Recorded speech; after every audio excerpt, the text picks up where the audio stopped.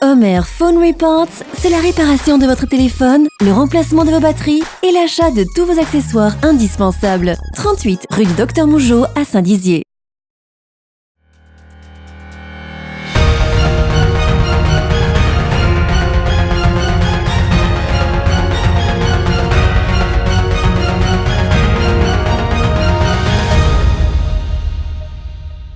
Bonsoir à tous, nous sommes le lundi 21 octobre, soyez les bienvenus dans votre journal.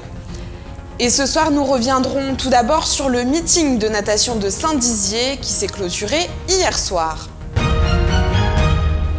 Nous prendrons ensuite la direction de Frignicourt où une cuisine centrale vient d'être fraîchement inaugurée.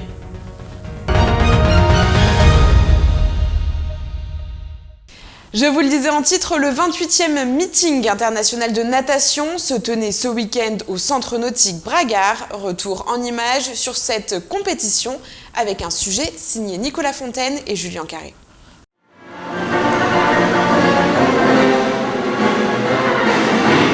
C'est sur les notes du compositeur Julius Fussy qu'a démarré la soirée de gala de la 28e édition du meeting international de natation de Saint-Dizier. Pour l'occasion, une équipe de natation artistique hollandaise a ouvert le bal. Après leur démonstration, elles ont cédé leur place aux nageuses pour la première compétition, 50 mètres papillon. Une course remportée par Naëlle Portecoppe. Je suis assez contente. Après, ça n'a pas trop répondu à mes objectifs, mais bon, je m'en rapproche un peu, donc ça va. Les courses se sont par la suite enchaînées, 50 mètres papillon messieurs, 50 mètres dos et brasse, avant de passer aux 400 mètres nage libre dames et messieurs. Durant cette étape, le Rouennais Farid Zitouni est arrivé en seconde place. Je suis surpris parce que je ne m'attendais pas du tout à faire ça. L'an dernier, je fais 3,50 au championnat de France à Futé. Là, je suis en pleine période de préparation et avec les entraînements, on n'arrête pas, c'est la reprise quoi. Et là, je fais moins de 3 secondes. Je suis satisfait quoi. Ce meeting a réuni plus d'une centaine de nageurs pour qui l'objectif était de taille. Certains viennent chercher des qualifications donc pour les championnats d'Europe. Et c'est vrai qu'on a des courses qui sont quand même d'un niveau phénoménal. Cet événement sportif est devenu incontournable pour Philippe Bossois, président de la communauté d'agglomération. Ce meeting est un réel atout pour la ville de Saint-Dizier. C'est aussi un engagement de tout le club, d'énormément de bénévoles, sans qui on ne pourrait pas réussir cet événement. Parce qu'il a la particularité d'être à la fois, bien sûr, une compétition, mais aussi un événement très convivial et d'échange culturel, puisque la plupart des nageurs sont hébergés chez des familles. Voilà, donc ça permet aussi des vraies connaissances, des vrais échanges culturels. Donc c'est ce qui en fait une particularité parmi tous les meetings qui existent en France. Justement, parmi les nageurs internationaux, nombreux venaient d'Allemagne, d'Ukraine, d'Hongrie, du Mali, de Russie, de Belgique et même d'Espagne. Durant la soirée, les Espagnols originaires de Madrid se sont montrés timides. C'est seulement lors des dernières finales qu'ils ont réussi à monter sur le podium. J'ai bien nagé, mais j'espérais un peu mieux, surtout que c'est une des épreuves que j'aime le plus, mais bon, je suis très contente. Je suis ravie d'être ici, on se sent vraiment bien, l'organisation est géniale, je serais vraiment contente de revenir ici l'année prochaine. La vérité est que je suis content car je me suis beaucoup entraîné sur la nage le 100 mètres. J'ai tout donné sur les derniers 50 mètres pour jouer la sécurité et terminer sur le podium. La soirée de gala a notamment été marquée par les performances du jeune Maxime Grousset, arrivé premier à 2 reprises. Je pensais vraiment pas faire ce temps. Aujourd'hui, après avoir fait un 104 nage 10 minutes après, je sais pas quoi dire à part le fait que je suis super content, le meilleur temps, voilà. Rien de mieux. Pour un meeting, Saint-Dizier, super meeting qu'on a fait il y a 2 ans déjà, et c'était bien passé, donc tout est bien. Une soirée qui aura su attirer de nombreux spectateurs venus admirer les performances aquatiques et soutenir les compétiteurs. À Frignicourt, l'heure était à la fête. C'est avec beaucoup de fierté et de satisfaction que les élus de Vitry-le-François et ses alentours ont inauguré la nouvelle cuisine centrale située à Frignicourt, ce qui ravira les papilles des élèves de la Codecom. Antoine Regnault, Nicolas Fontaine et Linda Benaïssa. Située dans l'enceinte du collège Pierre-Gilles de Gênes, à proximité du gymnase Marcel Alain, la toute nouvelle cuisine centrale de la Codecom Vitry-Champagne-Eder a été inaugurée vendredi soir en présence d'une centaine de personnes. Plusieurs élus locaux étaient sur place, dont Denis Connu, préfet de la Marne, Daniel Lyon, maire de Frinicourt, Jean-Pierre Bouquet, président de l'instance communale, ou encore Christian Bruyenne, président du conseil départemental de la Marne.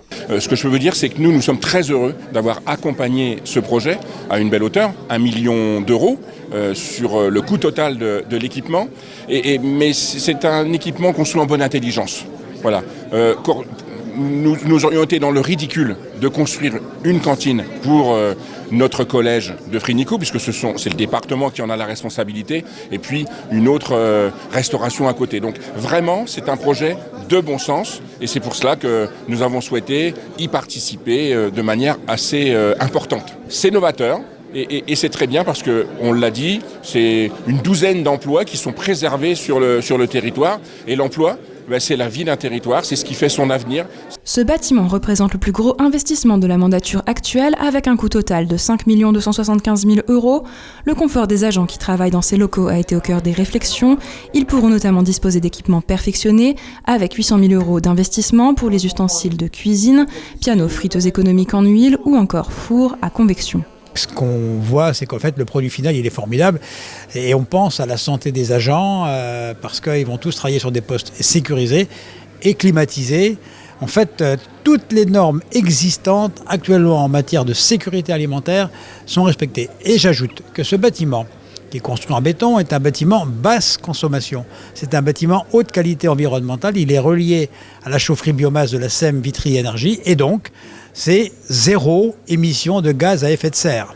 C'est dernier cri, on applique toutes les normes, avec une salle de restauration de 400 m² pour les enfants du collège. 2 types de production, une production chaude et une production froide. La production chaude étant destinée aux collégiens, la production froide pour les 14 écoles de la communauté de communes que nous alimentons, donc en liaison froide. Ici, c'est un investissement de 5 millions d'euros pour les bâtiments et 800 000 € d'investissement dans le matériel de cuisine. Près de 1200 repas seront servis au quotidien, directement sur place pour les collégiens. Le reste des denrées sera livré aux écoles pendant une tournée allant de 6h30 à 11h30 du matin. Les tarifs sont adaptés en fonction du quotient familial des usagers. Le maître mot sera la qualité afin de sensibiliser les élèves à l'importance de la nutrition, du bio et du circuit court, notamment grâce au jardin qui jouxtera le bâtiment. Et le choix que nous faisons, c'est le choix de la qualité alimentaire. C'est pour ça qu'on a conservé cet équipement en régie. On fait en sorte que cet équipement soit aussi un clin d'œil à la profession agricole qui est en train d'évoluer, qui se dirige vers le bio, pour qu'elle puisse trouver avec cet équipement un débouché. Des portes ouvertes ont été organisées le lendemain de l'inauguration afin de permettre au grand public et aux futurs utilisateurs de découvrir l'intérieur des locaux. Mon fils est au collège Pierre-Gilles de Gênes et je voulais savoir dans quoi ces aliments étaient fabriqués. Je vois qu'il y a beaucoup de monde qui est venu faire le déplacement puisque c'est quand même un nouveau bâtiment qui était attendu depuis très longtemps et je pense que c'est une belle réussite. L'éthique écologique, durable et anti-gaspillage a été prise en compte avec un système de compostage et l'éviction progressive des matières plastiques. On a fait ce choix parce que c'est le choix de l'avenir, c'est le choix de la jeunesse, c'est le choix du développement d'une adolescence dans de bonnes conditions. Et puis, il faut qu'ils puissent voir que ce discours sur l'environnement, la qualité qu'on doit retrouver, il est concret, il est sur le territoire, il faut qu'ils puissent s'en rendre compte. Ce n'est pas que des discours, ce n'est pas des incantations, c'est une réalité. Il faut qu'on puisse la voir et la toucher. C'est donc un projet de longue haleine qui s'est concrétisé ce week-end. Il a été rendu possible grâce aux subventions du département et de l'État et au travail des professionnels intervenus sur ce chantier avec la volonté de placer la jeunesse au cœur des préoccupations du territoire. C'est la fin de votre journal. L'information continue sur Puissance Télévision. Tout de suite, la météo. Toute l'actualité qui vous concerne, à voir ou à revoir dès maintenant sur puissancetélévision.fr et sur notre application mobile.